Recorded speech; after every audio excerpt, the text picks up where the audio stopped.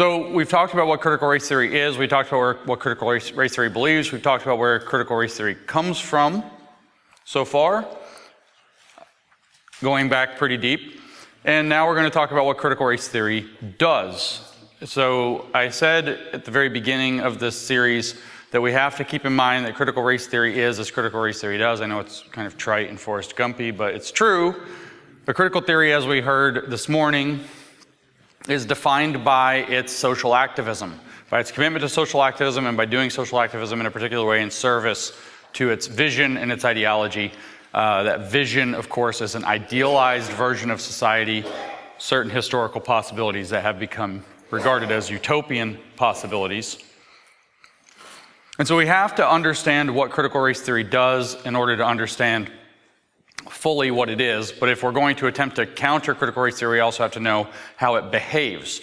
You hear repeatedly, for example, right now that critical race theory is not taught in schools, and everybody knows that this is somehow a lie, and it's not clear how it's somehow a lie, and we say that critical race praxis is being done in schools is the correct way to understand that. But if you understand that a critical theory must contain critical praxis, to be a critical theory by the third definitional requirement, then critical race praxis is required by definition as a part of critical race theory. So if you taught about critical race theory the way that I'm teaching about critical race theory now, from a position that's outside of it, that doesn't agree with it, as a set of ideas that have a history, that have how they conceive of the world, etc., without applying it, you are not actually doing critical race theory.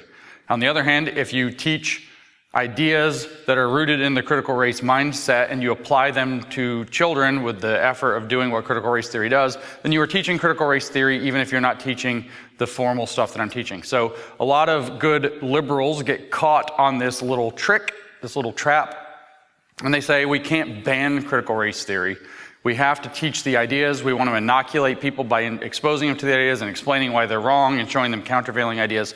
But that's only possible when that's being led and taught by people who would be outside of that system.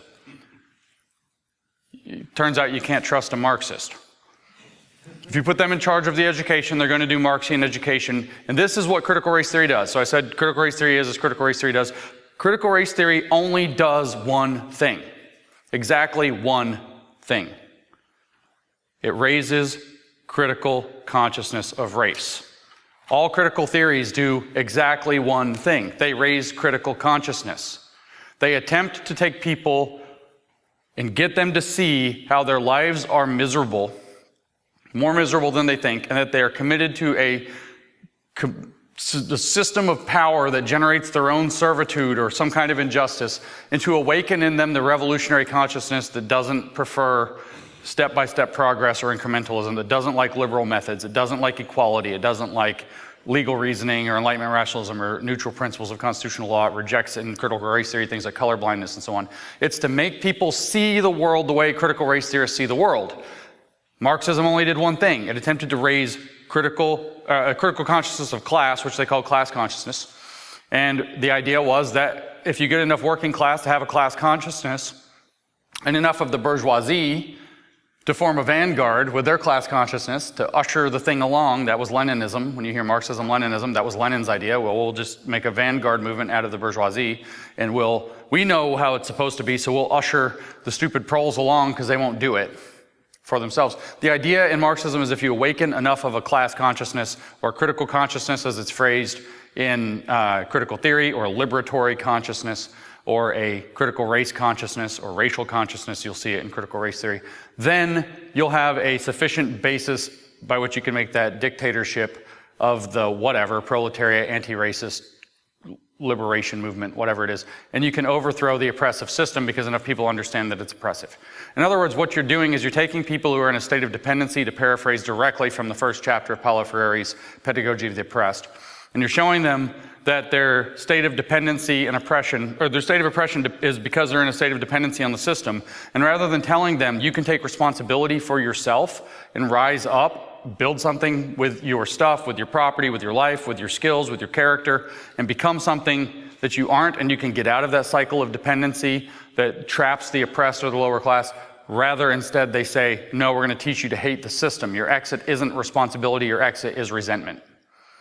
And if we get enough people resentful enough, then we can overthrow the system. And that's how this actually works. And so the only thing critical race theory does is tries to raise a critical consciousness of race. They believe that if enough people have a critical consciousness of race, then we will enter into a situation in which we can sufficiently empower critical race theorists, and they'll have a sufficient sympathetic support so that we can flip over the whole society. They don't know how it'll happen. As Theodore Adorno, the neo-Marxist we talked about this morning, put it, it is not possible to cast a positive image of the utopia. They don't know what it looks like. They just know that if we all have the right consciousness, we'll eventually get there. And this is why, of course, we have a lifelong commitment to an ongoing process of self-reflection, self-critique, and social activism, as Robin DiAngelo said, at the heart of anti-racism as praxis in what critical race theory actually does.